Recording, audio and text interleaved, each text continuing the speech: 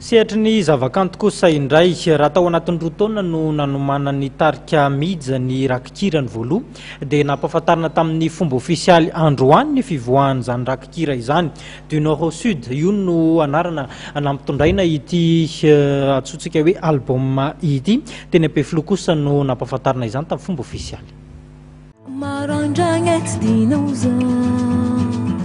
Fanakambanana ny gadona avy any avaratra sy atsimo nosy no asongadiny Midza ao anatiny ity rakikira voalohany navokany ity izay nampitondrainy lohateny hoe du nord au sud. Ireo hira valo mandrafitra ny rakikira dia olalaovina an-tsehatra rapitso eny amin'ny coup d'état Carlton Ampefiloha.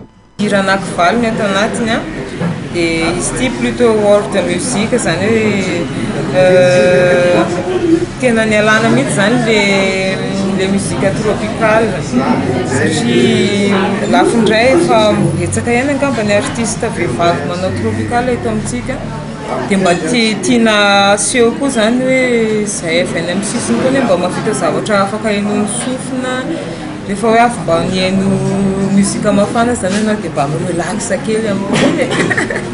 Nosafidiana manokana ny lohateny ity rakikira ity mitantara ny tontolo andavanandro malagasy ny fitiavana ary indrindra ny kolontsaina malagasy moa ity rakikira voalohany ity.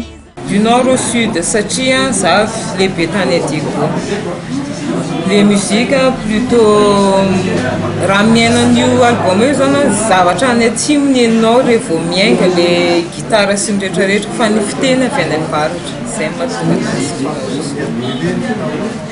fony kely dia efa niteny mozika sy dia Midza roapolo taona monja izy dia nianatra ny danse moderne ary ny taona 2000 izy dia niditra tao amin'ny tarika vahinala ka nanamafy ny danse contemporaine.